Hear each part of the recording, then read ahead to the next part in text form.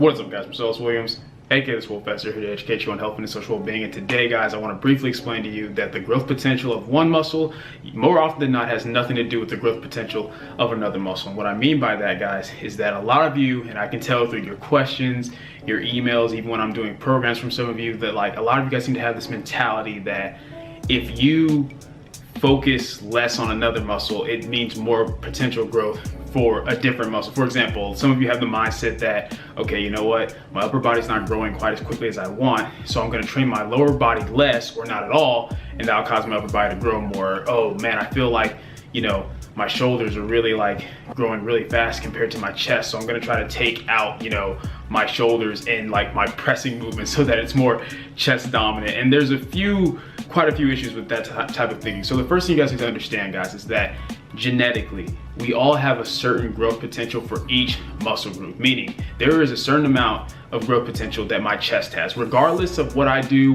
with my shoulders, my back, my legs, my arms, my chest can only grow to a certain point naturally. Same thing for my back, my legs, shoulders, abs, every single muscle group, right? It has a set genetic potential. And the reality is, guys, is that taking away from one muscle group does not somehow change the genetic potential for the other. So what I mean by that is, whether you train your legs or not, your chest is only gonna grow at a certain rate to a certain size, no matter what. It doesn't work to where it's like, okay, so for most natural lifters, the most amount of muscle, usually like the most you'll ever see, you know, on average, anywhere between like 25 to 30 pounds. And that 30 pounds is more for like usually taller people. But the way it works isn't that, okay, well, I want all 30 pounds of that muscle to go into my upper body, so I'm just not gonna work my legs at all.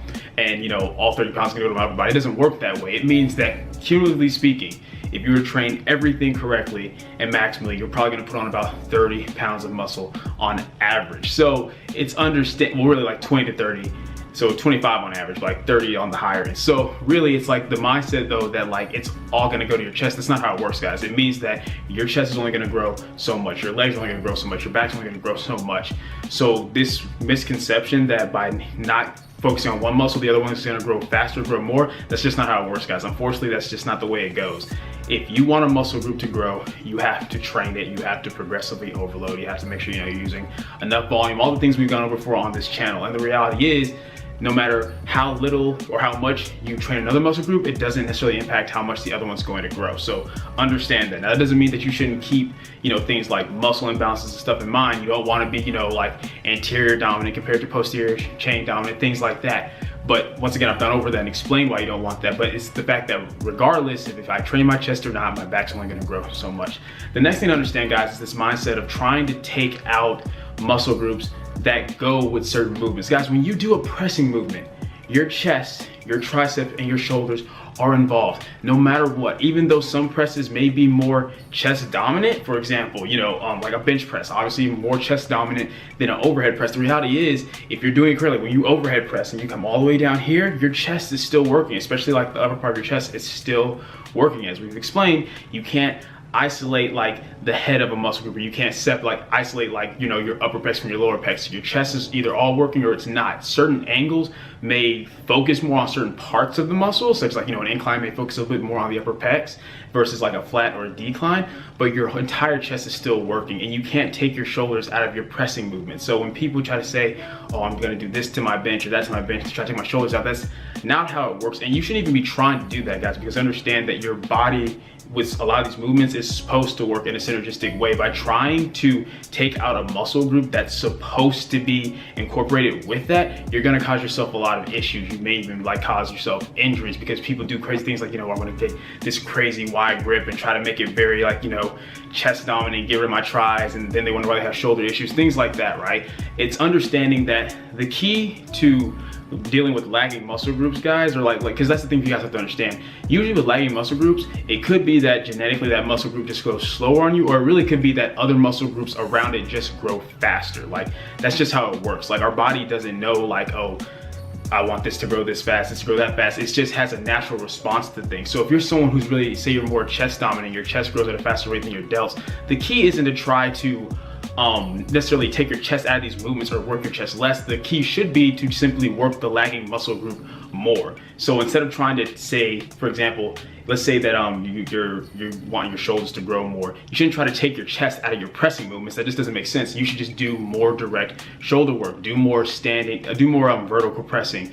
do more direct isolation work for your shoulders. That's the thing. Like, if you're having trouble with the muscle group, simply increase the frequency of training on it or increase the volume with that muscle group a little bit. It doesn't mean that you should try to neglect the other ones and hope it balances out. Like, it just isn't as efficient to do. Now, mind you, if you're at the point where, like, hey, I'm content with the size of this muscle, but I want them this, like, let's say you're content with the size of your chest, but you want your delts to grow a little bit more, okay, that's fine. Maybe stay at, like, you know, just maintaining what you have with your chest by maintaining the same amount of sets, reps, and weights, whatever, on like your press movements or your chest dominant movements, but then try to keep progressively overloading on your shoulder dominant movements, like something like that. But to try to take, that's like saying, like the people who had the mindset of, oh, I'm gonna take my bicep, you know, out of my pulling motion so that it's more back. When in actuality, as I've explained to you guys before, like with the pull, for example, just because the bicep is more involved with certain variations of the pull-up doesn't mean the back's working any less. As I explained in my pull-up tutorial video, guys, when you're going wide versus closer, wider is not more back. You're not getting any more back engagement going wider than what you are with a normal, close,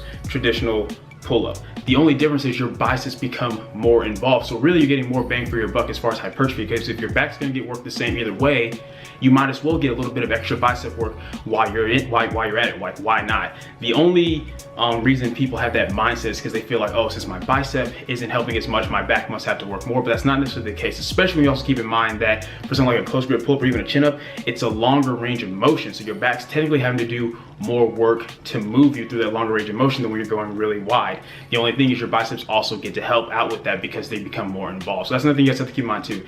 Just because you take one muscle out doesn't necessarily mean that the remaining muscles are going to compensate or do more work. Like, for certain movements, a certain muscle only does so much work no matter what. So that's one example of that. But yeah, I just wanted to briefly explain it to you guys. Like, the main takeaway is that no, just because you stop training legs doesn't mean that your upper body is going to grow faster. That's not how it works. And that if you are dealing with something where, like, you know, a lagging muscle group, simply, as I've explained in videos before, train that group more frequently. If you're hitting everything 2 times a week and you have a lagging muscle group, hit that lagging muscle group 3 times a week, maybe even 4 times a week. Up the volume a little bit, do more direct isolation work for that movement. There's different things you can do. Like, for example, if you already do a lot of pressing motions, but your chest, you feel like it's still lagging, you can either increase the frequency of those pressing motions, or you can do some direct isolation work like some flies at the end, something like that.